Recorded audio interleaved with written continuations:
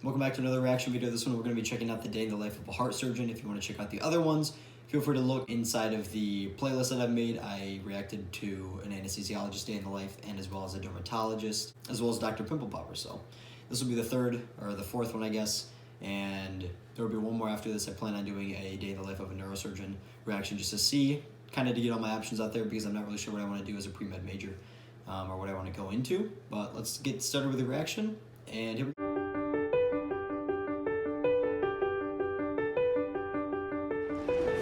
Okay, 6 a.m., right on time.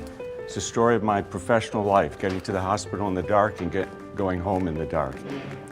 We have surgery this morning. We operate most mornings.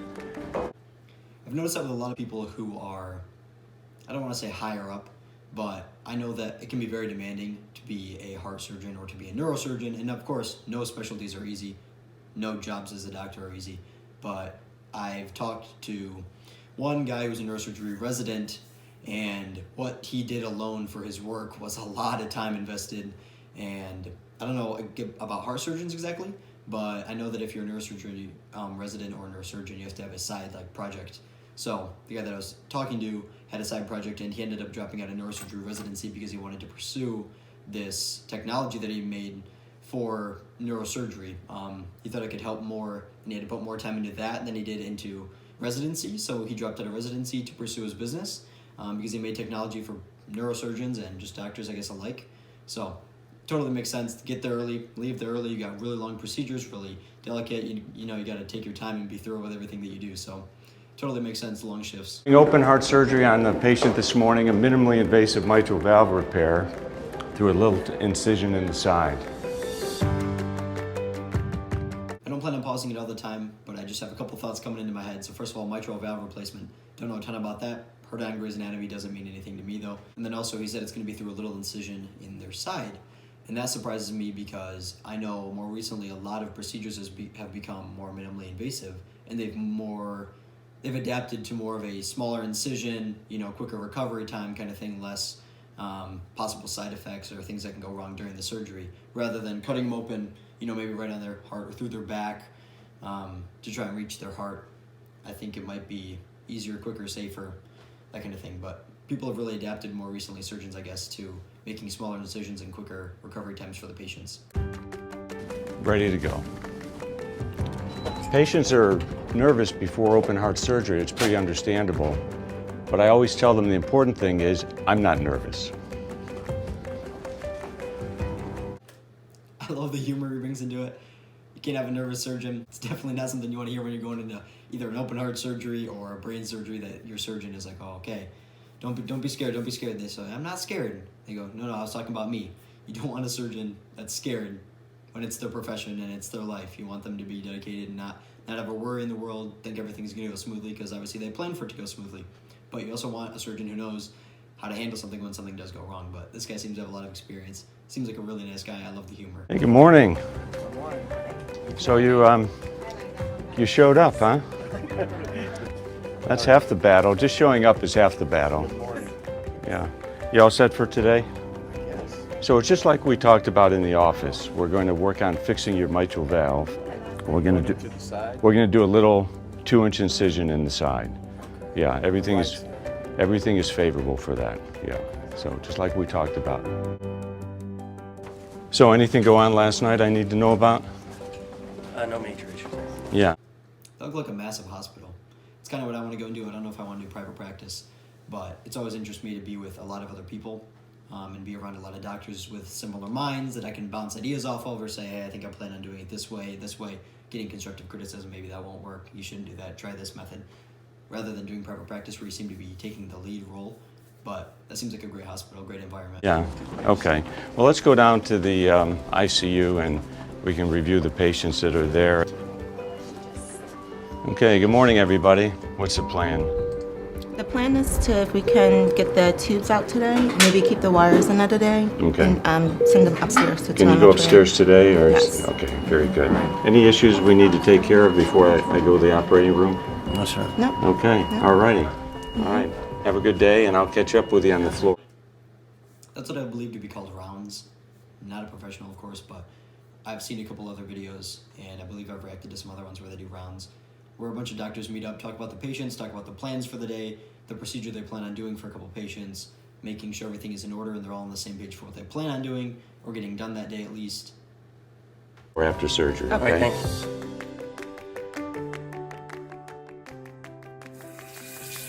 The operation is like a well choreographed ballet where everyone knows their role. And the technicians and the scrub techs and the perfusionists who run the heart-lung machine, all these people are very sophisticated. They all know exactly. I'll try and keep the pause into a minimum. I'm sorry about that. I'm wondering why the soap he uses is yellow, because I've never had personally used soap that's yellow, but I wonder if that's maybe so you can see everywhere that you're getting rather than white soap or clear soap, I guess, where it bubbles up white. Maybe I might look it up and put a little blurb at the bottom if I can find a reason why it's yellow. What to do. So the environment is very controlled. It's very pleasant. We actually listen to music. Now, the kind of music that we listen to is always a question. If it were up to me, I'd listen to classical music. But I've got a lot of 20-somethings and 30-somethings in there that if they listen to classical music, they get bored. So in order to keep them happy, I listen to rap or hip-hop and a lot of pop music. If you do something 1,000 times or 10,000 times, you get the sequence in your mind.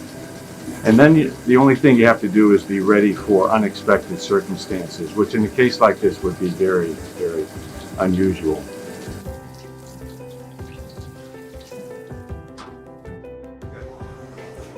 Okay, so I've got these special magnifying lenses on called loupes, and it allows me to see inside. They magnify 3.5 times, so everything looks very big and very close, and it helps us to evaluate valves and coronary arteries.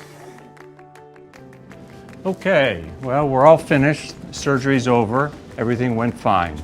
We were able to fix the patient's valve to a little 2-inch incision. He was stable through the whole time, and I'm completely satisfied. So now let's go give the family the good news. Okay, everything went great. Yeah, we're all done. The operation was nice and smooth. Everything went fine, okay? The nurses will give you a full briefing on what to expect once you see him in the ICU.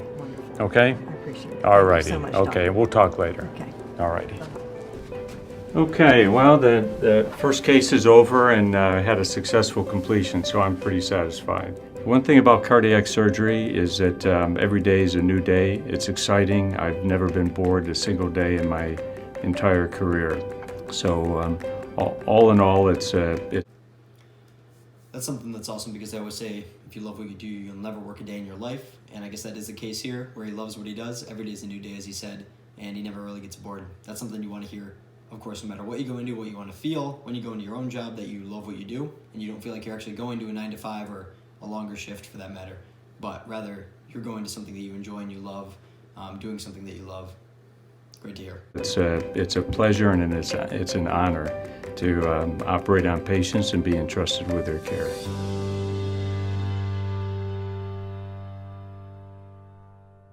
So that's the end of it all. The video is only 4 minutes long. If you want to check it out, I'll put a link in the description. All credits go to them, of course. This is not my video. I'm just doing a quick reaction to it. So go check it out in the description. Yeah, I do a couple of these just because I want to see what I want to go into. Maybe get a little insight.